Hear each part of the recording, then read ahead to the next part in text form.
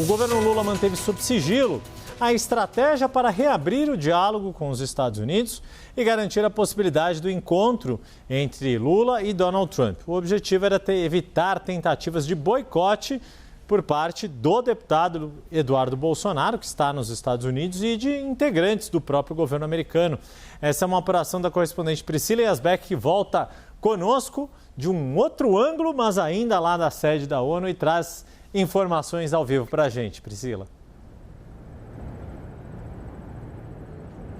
Oi, Yuri. Oi, Débora. Boa tarde mais uma vez a todos que nos acompanham. Conversei com fontes diplomáticas, fontes do governo, que agora admitem que houve estratégia nessa reaproximação entre o governo Trump e o governo Lula, mas que essas estratégias foram mantidas sob muito sigilo para que não houvesse um risco de uma tentativa de boicote por parte de Eduardo Bolsonaro e também de seus contatos no Departamento de Estado americano. Algo parecido, inclusive, aconteceu durante a Conferência de Dois Estados aqui na ONU, quando o chanceler Mauro Vieira participou dessa conferência. Havia uma expectativa de ele ir a Washington para se encontrar com autoridades americanas e o governo negava que essa viagem aconteceria. Chegou a falar que ele estava retornando ao Brasil e de última hora ele partiu para Washington, justamente porque essas negociações acabam sendo muito sigilosas. Uma fonte, inclusive, me disse que para que essas negociações sejam bem-sucedidas, elas precisam ser mantidas sob sigilo. Também o que uma das fontes disse foi que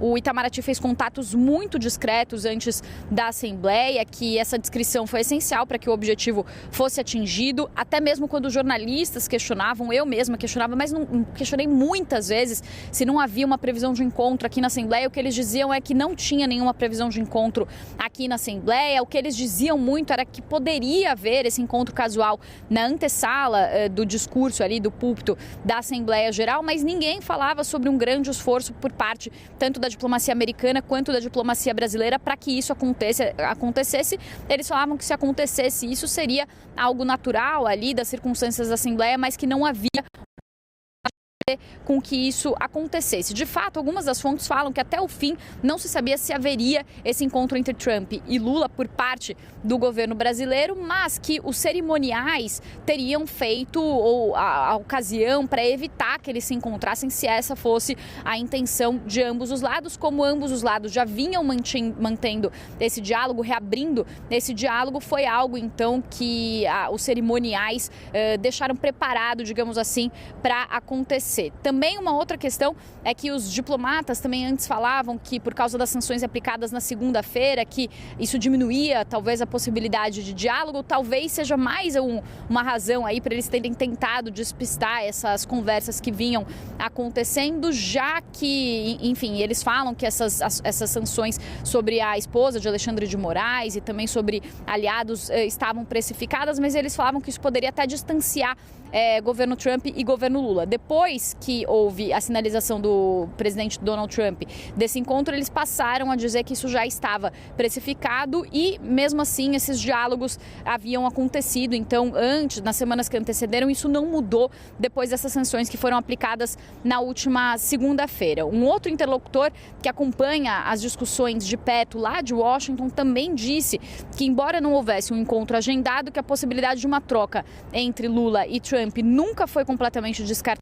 E falou que o gesto de Donald Trump, inclusive, não teria sido espontâneo. A surpresa ficou mesmo para o momento do discurso de Donald Trump, quando ele anunciou para o mundo que poderia haver um encontro entre ele e o presidente Lula, e quando, inclusive, ele até foi bem afável com o presidente Lula, ainda que isso tenha durado 2 minutos e o resto do discurso tenha sido bastante crítico.